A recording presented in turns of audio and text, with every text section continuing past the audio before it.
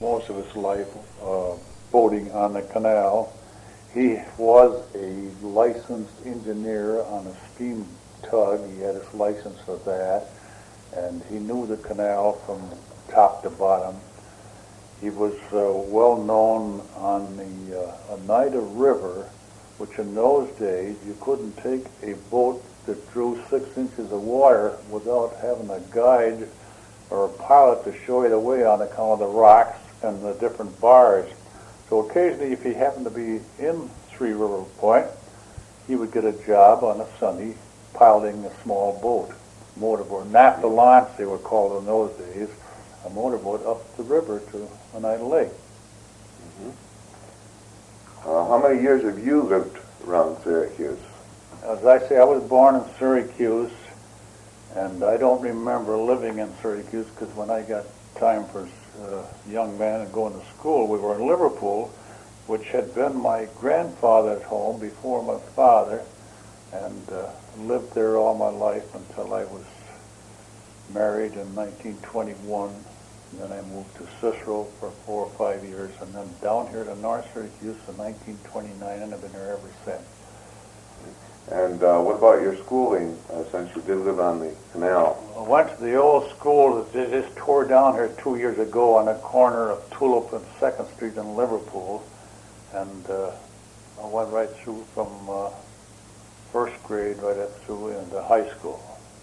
I left high school in my second year of my freshman year, and I just had to go to work. We were poor people, and I couldn't even afford the clothes to wear to school, so I went to work and got a job, helped support the family.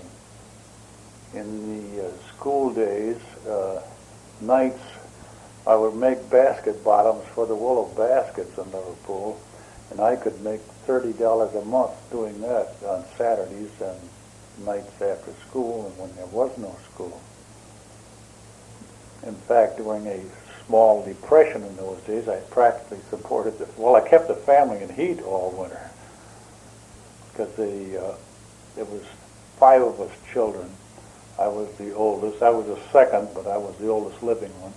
Mother had 7 children, and I have one brother who was 21 years younger than I am.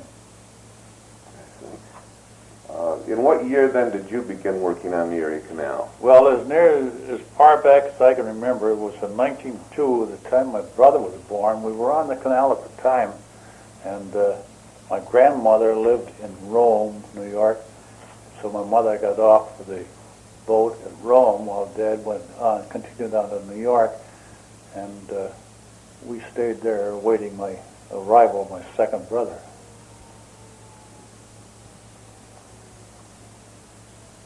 Could you describe the kind of work that you did on the canal? Well, actually, I never did any work on the canal until I got a teenager, and then I would make a 3 or 4 day trip with Dad, going from Syracuse to Brewerton for salt or for ice for the People's Ice Company, and I had to do the cooking as a rule, and of course I would help pump on the water. But outside of that, it was just a vacation day for me. But in about 1914 or 15, Dad contracted a job boating sand from Oak Orchard, which is down near Three River Point, to Syracuse, and the sand was delivered there at the where Sawmiller's gas station is now. It used to be a coal yard on the corner of Salina Street and Erie Boulevard, or now Hiawatha Boulevard. And we'd boat the sand up there, unload it. A boat would carry about 3 railroad cars of sand. Then the locomotive, steam locomotive in those days, would take the sand to Krause Hines yard, and then the trolley car would come in from there and take it out on the South Bay line to Syracuse or Cicero or Brewerton, and it was using the sand to pave the highway at Route 11. Other loads we would take, maybe alternate. We'd go up to the Paragon Plaster Company up on Erie Boulevard now. The building is still there, the factory. And we would take the sand up there, and it was mixed with sand that came from forest port up near Boonville to make a sand brick. And I had the experience at one time of going up. The boss that owned the boat was there with another load, and Dad had gone to Chittenango with the boat to the dry dock. That's the garage for repairing boats. So the boss says to me, I should unload the boat. Well, I directed the unloading the boat, and it was a tricky thing to unload a boat, because if you didn't do it just right, if you took too much out of one end or out of the middle, you'd break the boat in two. So I handled the boat all right, and I got it all unloaded. The boss said to me, well, he says, let's pull the boat down to the junction of the canal down near the Waylock building, and then when your father comes, he won't have to come up after. So there I was with a rope over my shoulder, and he on the back end of the boat with a rope. I was the one that was seen up front, pulling the boat down through the city. We got to Salina Street. The bridge had to raise up to let us through. And over there on the shore was a carryall. That's a wagon with the team of horses that carries a load of people. And in the carryall was the Syracuse Stars, the baseball team at that time. So what did they do? They hollered, get a horse. And I felt about 6 inches high. However, we got the boat around the bend and tied up, and I went uptown for a while and walked around Salina Street. Back got my supper, pumped the water out of the boat, which she'd leaked in, put a lantern out on each end of the boat, and went to bed. Now the next day, Dad came along, and we hooked up the two boats together and continued on through Liverpool and on to Old Orchard. That was my only experience working. I see. Did you travel the entire length of the canal? We traveled from Buffalo to New York and New Jersey, and I think that trip I mentioned where Dad left us off at Rome, he went down Long Island Sound and took on a load of little fine pieces of gravel. They're called bird's eye gravel. It's a white stone, very, very small, and it was used for putting on roofs. After they put a tar on it, then they put this stone on top of the roof. And he got that load down at Long Island Sound, and that's the most dangerous trip I guess he ever had. Oh, yeah. How long did it take to go down and back? With good luck, we could make about 2 trips from Buffalo to New York, load and unload and back, in about a month. That's providing you didn't have any trouble, and sometimes a break in the canal would hold you up 3 or 4 days, or a sunken boat in a lock, something like that. But otherwise, about 2 trips, complete trips a month.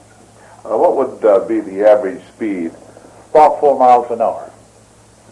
That's when you're moving. Of course, you got time out for locking through, and then you stop for changing horses, changing mules. We had mules mostly, 3 mules to a team. How far would they travel before they would 6 hours. 6 hours, and then we change. We change drivers, steersmen, and the team. And the driver would have to take care of his team, and occasionally they would rub the collars against their shoulders, and they had great big galls or open sores, and he had to take care of those. And you had to be very careful passing through Rochester, Syracuse, and Utica, because the SPCA was right on their job, and they would arrest you and tie you up. Mm-hmm. They were very strict. How much slower did you travel when you had a loaded boat? Well, it might drop down to 3 miles. I know you could go faster than 4 miles with a light boat, but we very seldom went very far with a light boat because we didn't pay any money then. You had to have a load in order to make it pay. Can you recall any unusual experiences from your years spent on the canal that really stand out in your mind as being, things that happened like yesterday? Yeah, especially New York City. We had a light boat, and we were going from Pier 4, that's right down on the Bowery, across over to the Jersey side, and really that bay, upper bay, was rough. And Dad couldn't walk across the deck of the boat. He had to crawl on his hands and feet, because you could see the bottom of the boat spring up and down, and Mother took the bird cage off the hook and set it on the table because the bird was so excited and fluttering with the rocking of the boat. Another time, we had a load of clay, and we had 2 or 3 boats, and we were at the head of the tow. Now this tow, they put about 5 boats side by side, and then about behind them, about 15 feet, would be 5 more boats, and behind them about 15 feet, 5 more. And they were all lashed together in that order. We happened to be in the head of the tow with the steamboat hawser pulling. The boat sprung a leak, began to take on water. And Dad got the pumps out and got them working. And the neighbors, they come over with pumps, and it wasn't enough pump boxes to put the pumps down in. That's a square box that goes down to the bottom of the boat. So they would take a tin pail and drive nail holes in it, and put that in the clay, and then set the pump in that pail. So all the neighbors were pumping and pumping, and they were about to get the tug to come back and put the steam siphon on, which they never did. But we finally limped along, and we got to Albany, or Troy. We never went through Albany. We went on up the river to Troy, West Troy, called Watervliet today, and then up into the canal. Well, when we got there, we got into a dry dock and got the boat patched up. Incidentally, a clever trick that Dad used to use and all boatmen did it, you'd have a soap box, which is a square box, probably 18 inches one way and 24 inches the other way, and about 12 inches deep. Across the open end of that, they would nail a flat pole, about 10, 12 feet long. He would fill that with horse manure and straw and shavings, which we used in the stable, and he would put that the open end towards the boat, down where he thought the leak was, and slosh it up and down. That would force the water leaking in the boat would suck this material in and plug up the boat. Now, some people think it's funny. My brother told that story to somebody once, and they laughed at him. But you'll still read it in some of the old books. It was actually done, and it worked. I've read one place where they used to use that on the side of the canal where the muskrats, we would make holes in the canal. Well, they would stuff hay in it. They would carry heavy hay or straw, and they would stuff that in temporarily, too. But on the canal, they had to have watchmen which walked the banks 2 or 3 times a week looking for holes like that where the muskrats or anything else would start a leak in the canal. Were they given any special name, the men that Bank watch. Bank watch. About how many months of the year did the canal operate? Well, all depends. It was a nice open spring. They could open up the last part of March, and it would run into November. In fact, I remember one time we got into New York. We got the boat put up, unloaded, and put away for the winter. We stored it down there in a big parking area or a big dock where they park for the winter. And we took the boat, the Hudson River night boat, from there to Albany, and it was Thanksgiving time. And we got off the boat in Albany, and it was about 4 inches of snow that morning. But then we took the train from there home. What did most of these people who worked on the canal do during the winter months then? During the months, let's say, when they weren't employed?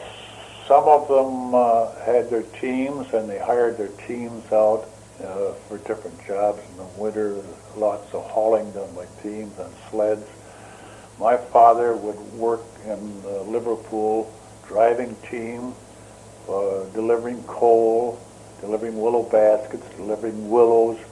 And I know from Liverpool to Clay, you don't think that's very far today, but he went out Bear Road, then out Route 11. He would go to Cicero to deliver coal from Liverpool on a sleigh. There would be 2 teams, 2 drivers, 2 sleighs, probably carrying about 6 tons of coal, all told, 3 tons apiece. And it would be an all-day trip going out there to deliver coal. Oh, Dad was a handyman. He could do odd jobs for anybody. I know one winter especially, he dug a cellar for a house during the wintertime, by hand, and a wheelbarrow and a shovel. Of course, that's the way it was done in those days. How was the pay on the canals compared to other jobs? A driver usually got about 8 to 10 shilling a day. We always paid in shillings. A shilling is 2 quarters, or 2 shilling is a quarter, and a steersman would get 12, usually 12 shilling. And of course, that including bed and board, food and place to sleep. And that was considered to be pretty good. That was the fair pay, or the regular pay for it. A driver was less. Of course, the steersman had to have the knowledge.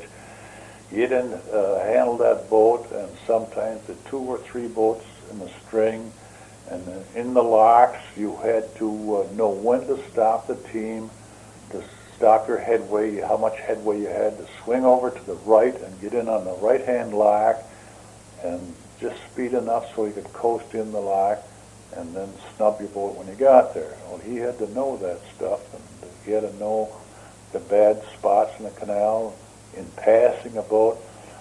It's tricky. Lots of people say, how do you pass the boat? And it's kind of hard to explain unless I have a paper or something to demonstrate. But usually one boat would take the inside and on the other the outside, whichever way you were traveling. And so when the teams met, the first team would pull over to his right.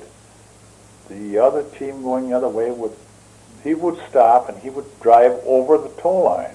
Then they'd continue working until the boats met. Then that first team would stop again. The line would sink to the bottom of the canal, and the boat would pass over. The inshore boat, the offshore boat would be on the outside, and they could continue to draw. So you mentioned the term snubbing your boat. They had wooden posts on the locks, and then the line was fastened securely to a cleat on the boat with a loop, a bollum usually, and then the steersman or the deckhand, if you had a deckhand, if not the steersman, would climb up the lock gate on a ladder, iron rungs, and rope over his shoulder.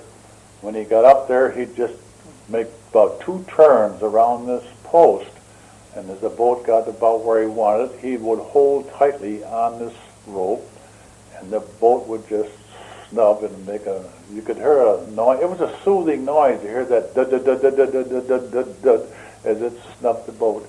So it actually got the name from the noise that it made? Not necessarily. I don't know where it come from. I see. It was just one of those terms. Then after you got tight, you'd make a couple more turns. If you didn't snub it gently, you'd break the post or pull the cleat right out of the boat. I've seen a man pull the cleat right out of a boat on shore when it was snubbing along the shore. Cleat would raise right up, pull that long old 2-foot bolt right up out through the deck, and snap a telephone pole right off. How did they pay these men? Was it by the hour, week, month? How? They got paid by the day. Yeah, and they could, that's where mother came in her bookkeeping. The fellow would want to borrow a quarter, he'd want a package of tobacco, or he'd want a pair of socks, or maybe a new shirt, maybe 25 cents for a shirt.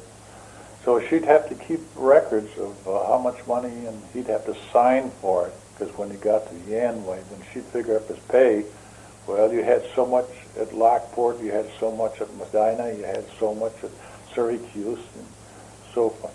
Well, lots of times you'd want a beer too, you know. But every lock had a saloon on it or a store, and both. I see. Was there any one type of boat which most of the canalers really preferred? Oh, the nicer boats were Lakers, called Lakers, and they were clean and nice, painted up nice and fancy stripes on, and they had covers over the open hole. It was called hatches. Now there were several kinds of hatches. They were the A type, was high in the center, and there were the flat hatches that were quite heavy that reached across. It'd take about 4 men to move them. And then there were smaller hatches, and then there was the boat that had the hatches raised up from the deck. You'd have a railing or combing, they call it, so that it's about 2 foot higher than the regular deck. And then these hatches set across there, so a man had to be on each side to raise up the hatch and move it to one side to unload or load. And then the open, after the boats got older, they did away with the hatches, and they had just an open hole, and they would carry the heavy bulk like sand and stone and clay and barrel stuff and box stuff that the rain wouldn't hurt, the weather wouldn't bother it. But the nicer boats were the Lakers, and of course there was scows, there was bullheads. Now I can't define each one by itself. And then there was the state boats. There were scows and work scows that had a square end on each end, and the front or the ends of the boat sloped back, sloped downward, and they were very hard to tow because you're pressing against all that water. The round-bowed boats, the fancy boats, they pulled easier because they had that round bow. And then the some of the older boats had a sort of a pointed bow and a square stern. Most of the sterns were squared off, square. And when you were sleeping nights, you would lay down in your bunk. You was below the water level, and you'd hear these little eddies, little circles of water gurgling as they'd guggle you to sleep. You didn't have no trouble going to sleep. You didn't have to take sound. Very soothing. I see.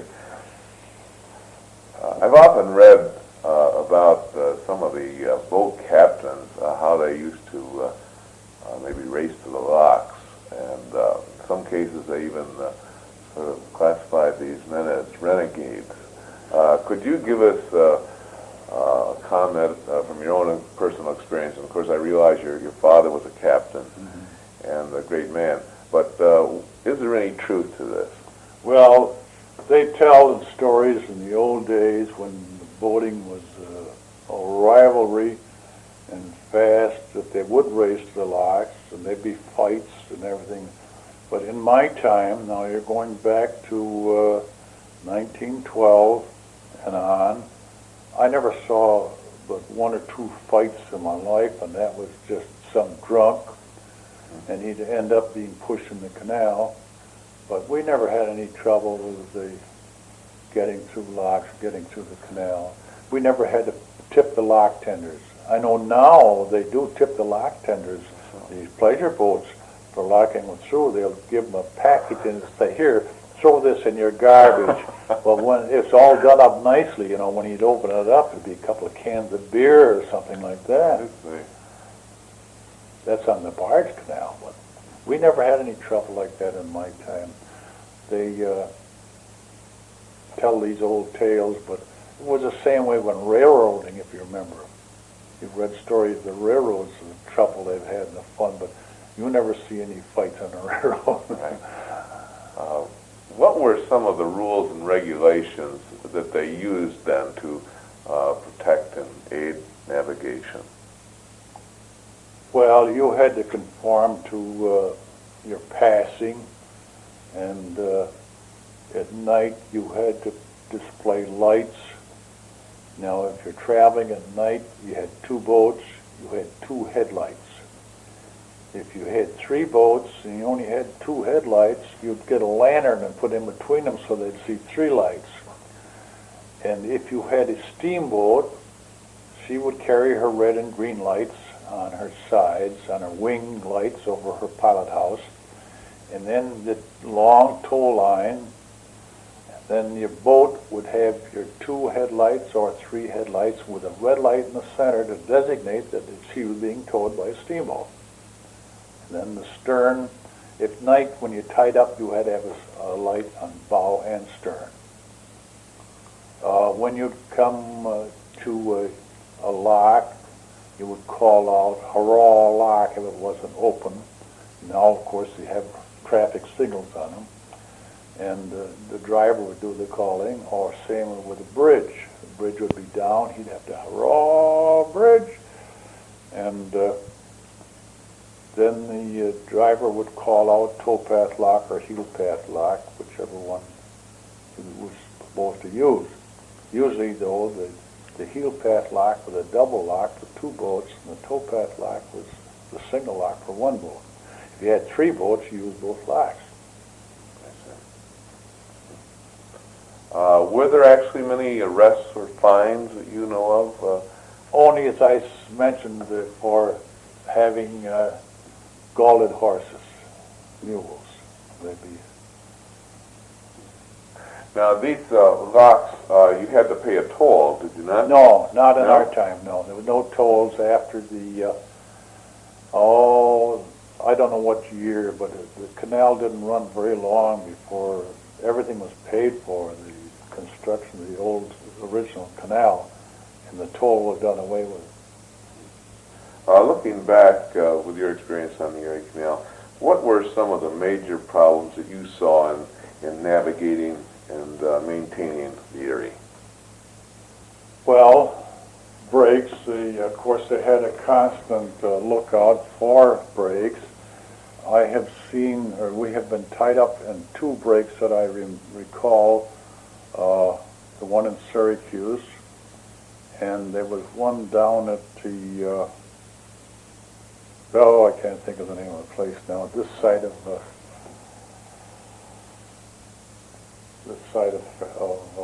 Fort Hunter. We were tied up there because the boats were tied up for miles and miles and miles. And eelgrass was a trouble. They'd have cutting machines. They didn't have mowing machines that fastened to a boat some way. I don't know how they did it, but they'd go along and cut that eelgrass, because that would tie you up and snarl you and get on your tow line terrible, you know. And you'd have to take and whip the tow line with a wooden bar to knock the eelgrass off. And I thought of something else here.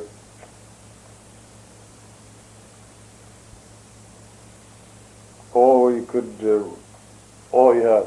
bridge in Syracuse called the Basque-Lou, we called it the Jackknife Bridge because it raised up one side and was always getting clogged and bound and tying up traffic. But Dad came through there one time. In the wintertime, they would shovel the snow up in the trucks and dump it off that bridge into the canal. Well, if Dad came through with a loaded boat, this sand and dirt that was in the snow had formed a dam or a bar in the bottom of the canal, and he'd run up onto it and he'd run aground. Well, he couldn't budge, the team couldn't pull him, and the bridge was open and had to stay open until he got out. He had to get off and he had a telephone. He telephoned back to the locks behind him and asked them to let in more water so it would raise the level. In the meantime, he had a telephone down the Salina locks, down the Salina Street on the north side, to hold the gates closed to let the water raise. Well, after a half hour or an hour, why, the water raised 4 or 5 inches, and then he was able to go on.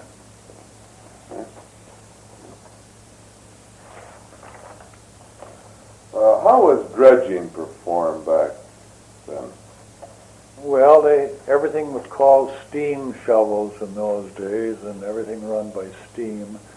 And this dredge, or drudge, as we call it on the canal, was a great big scoop shovel that would pulled back and dropped down in the bottom of the canal by pulling 8 or 10 levers. A man could operate it, and then he'd go forward and scoop up a load of dirt and rise it up, swig it over to one side, and either drop it on the shore or drop it into a open flat barge or scow.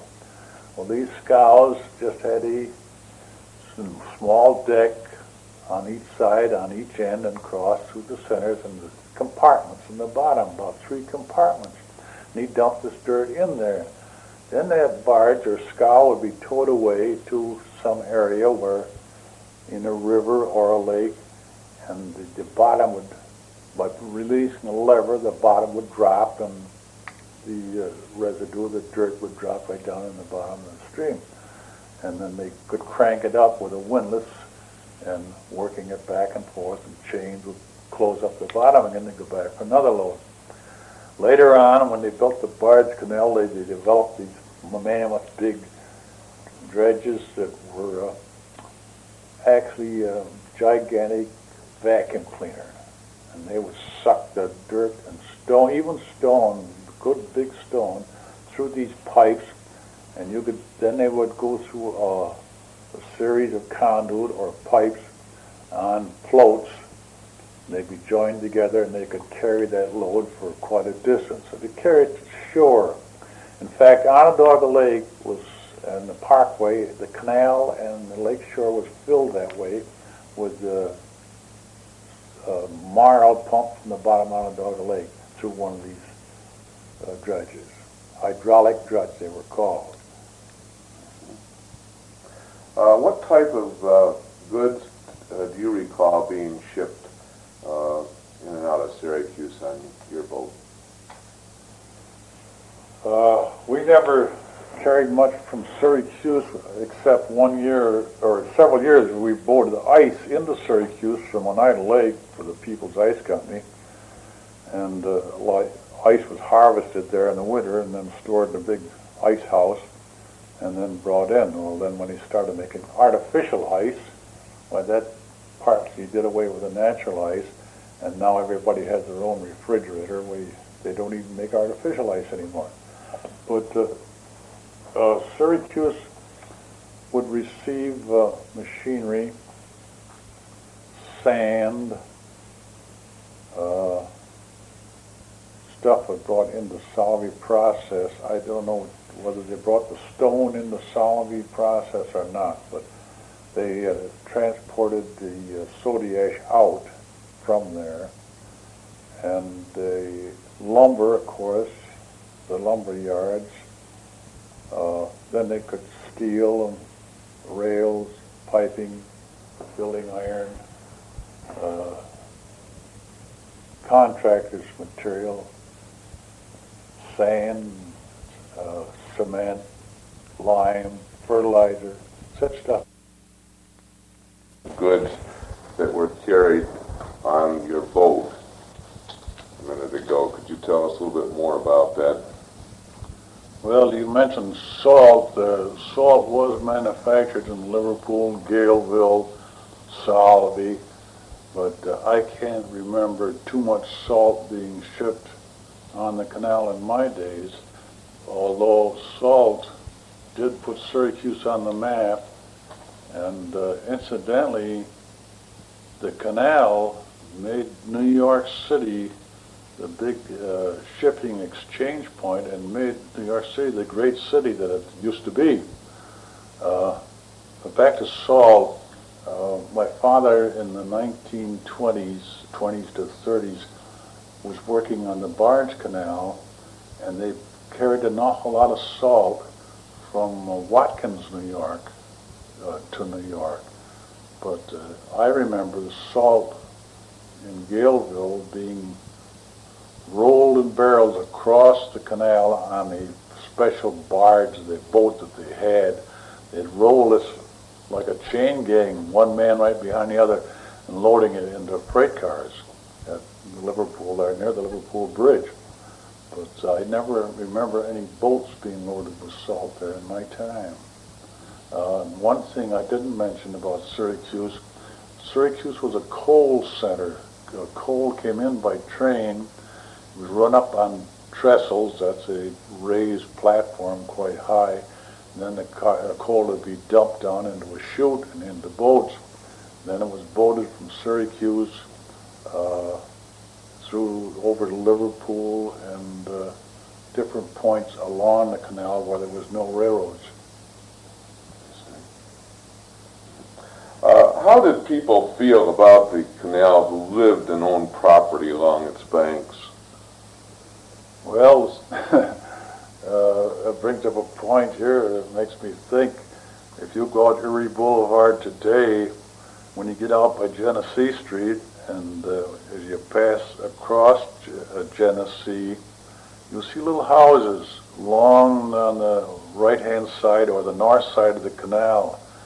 Now, those houses were called squatters' homes in the old days. The people put these buildings up on state property. They paid no taxes. They paid no rent. And many of them are still standing. Now, I don't know whether they're paying taxes or rent now or not. But some people, they just did all right.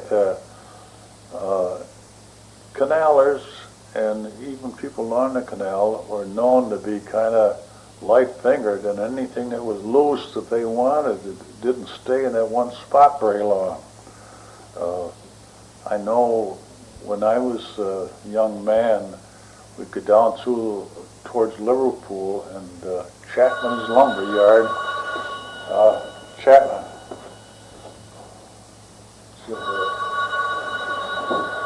Chapman's lumber yard, it was near the canal, and the boys went swimming there. And they'd borrow a plank or a springboard, and when they get through, they'd just shove it off in the canal. And if Dad wanted that plank, he'd just take his pike pole and jab into it and pull it up on the boat, take it home.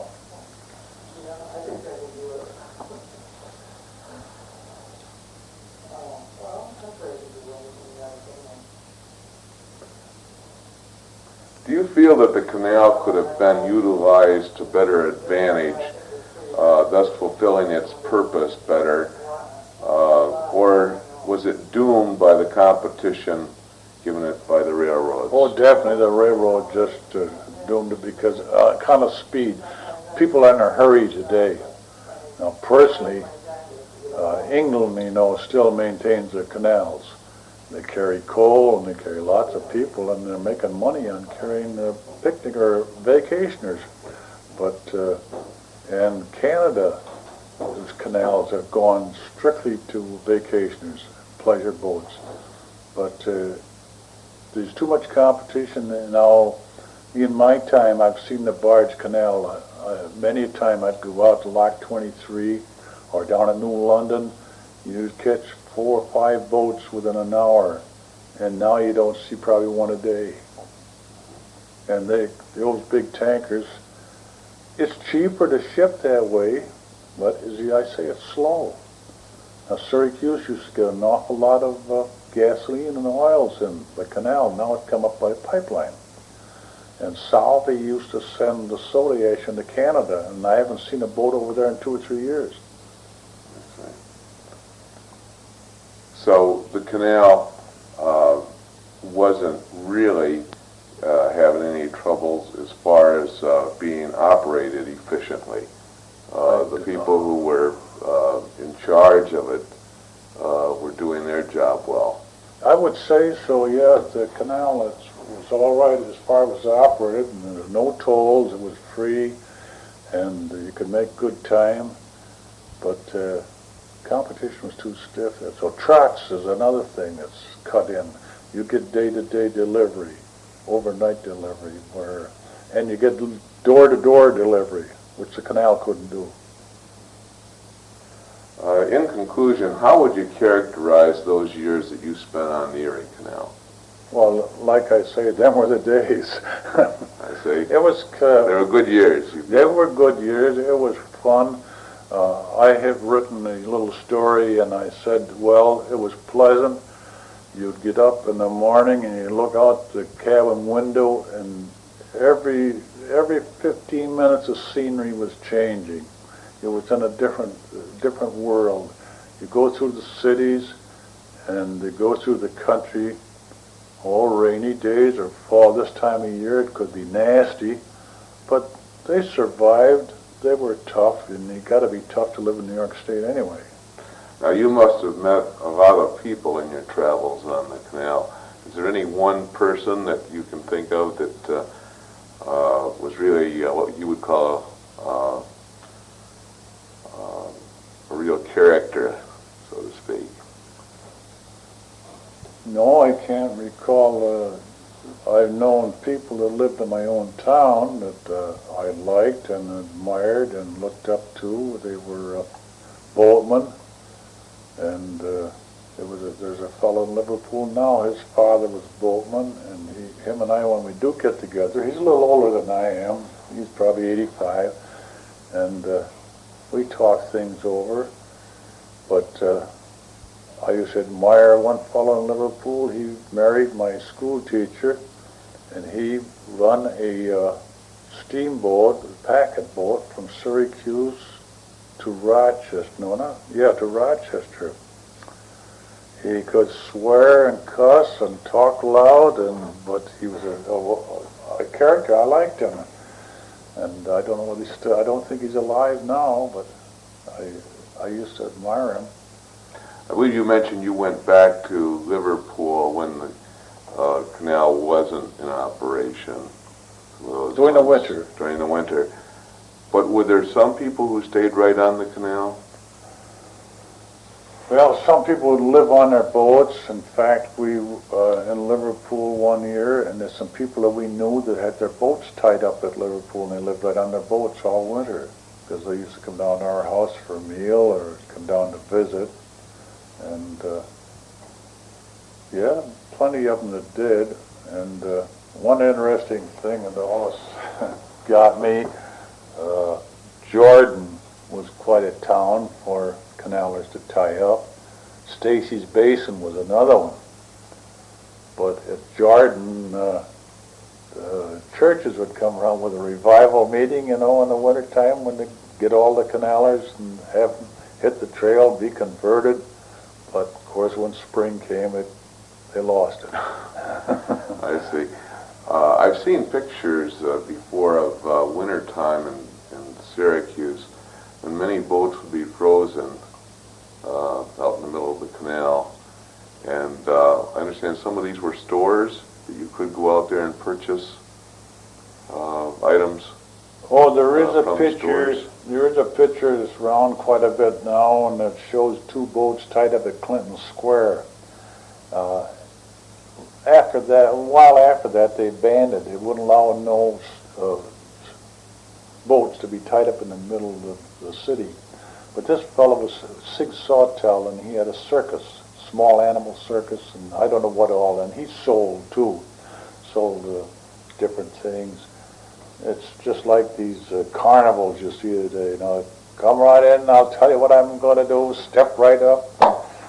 They run a show there all winter long. Well, were some of these men here today and gone tomorrow? Well, he couldn't be, because he's there all winter. I see, but during the summer months. Oh, in the summer. Were there people that went up and down the canal who made their living selling? In my time, I don't remember any. But I've read books, Walter Edmonds and other books like that, where there was traveling boats that sold and entertained and what have you, and carry special. And I imagine it's sold because it could have been, because some people out in the sticks that didn't see a library or couldn't buy books and patent medicines and things like that, they helped. And we did have, on the Hudson River, we had what they call a bumboat. We'd leave Albany at 10 o'clock at night, and run all night, and the next day we'd be down getting there for Poughkeepsie. And these little steamboats, they were small little putts, little toot, and they'd come out and they would be loaded. They'd have groceries and meats and ice cream and soft drinks and confections and beer, and they'd go along the side of these tiers of boats, like I mentioned, 5 in a row. They'd tie up there, and then they move up one tier, and then they move up another tier. They'd circle this whole tow. Well, they'd go till they met the tow coming the other way, and then they'd move over to that tow. They were called bum boats. Now, you hear that word in Gilbert and Sullivan's, one of his plays mentions bum boats, and that's what they were. Well, the farmers got the idea up west here, and you come along to a rural area, and there'd be a little house there on the bank, dug away, and a door on it, and out would come a rowboat. And there'd be a fellow in there rowing the rowboat. He'd hitch onto the boat where the cook was, and he'd have fresh eggs, he'd have milk, he'd have cream, he'd have vegetables in season, and he'd make a good sail there on the bum boat, and from the rowboat, and he'd tow along till he met a boat coming the other way, and he'd row over that boat and tow back, and they make a good day's sail. And they were bum boats too. I see. Now, when you got to Albany, there you got on the Hudson River, on the Troy, West Troy today, or it was then, it's wet water leading down. Yeah, we'd lock down through, we'd put our teams out to pasture, we'd pay the men and lay them off, and of course they'd go to the nearest saloon and spend all their dough, and about 2 days is ready to hire out and go back with somebody else, because they didn't last long on their money. Or even somebody get them drunk and a knockout drop and roll them, and they'd be broke anyway. Or they'd meet some girl and she'd take care of them. Now, you had the current to help you going down the Hudson. Well, we had our steamboats, and it was an old steam side-wheeler that went from Albany to Schenectady. Then she'd have 2 or 3 helper tugs along beside. And we pulled out of there one night with 150 boats out of, Albany is where we left. It went from Troy to Albany on the river. A tugboat would take 3 or 4 boats to Albany, tie them in the tow, and then go back and get 2 or 3 more, and they'd pick them up all along the way. All the way down the Hudson, we'd pick up ice boats from the Knickerbocker Ice Company on the Hudson, and they'd go in our tow too. And they were very cute because they all had windmills on them. And that windmill was to pump the melted ice water out of the boat. You see these windmill wheels going around and around, that was working a pump. And at Poughkeepsie, we'd meet the tow coming up. Coming down. Up, yeah, all right. We were going down. And they had a mammoth big tugboat and a couple smaller tugs. Well, they just let us drift out in the river, and they'd just change. Our side-wheeler would go over and get the other tow, and big tug would come over and hook onto us. The reason was, and that's the place where you filled your water barrel. The purest water was just before you hit salt water in the river. Must be that the Hudson wasn't as... Oh, that was nice then. And then this big tug, the side-wheeler couldn't use salt water in her boiler. So she'd have to turn around and go back. So because of the scale, I suppose. The big tug had a condenser. They could change water. And you speaking about the Hudson being pure, remember, I was a little tot then. I was probably 10, 12 years old, and some boats come over and hooked on beside us for a tow, rowboats. And these guys were fishermen, and those boats were so full of fish it reminded me of the picture of Christ and the fishermen. They were stepping on the fish to get from one end of the rowboat to the other.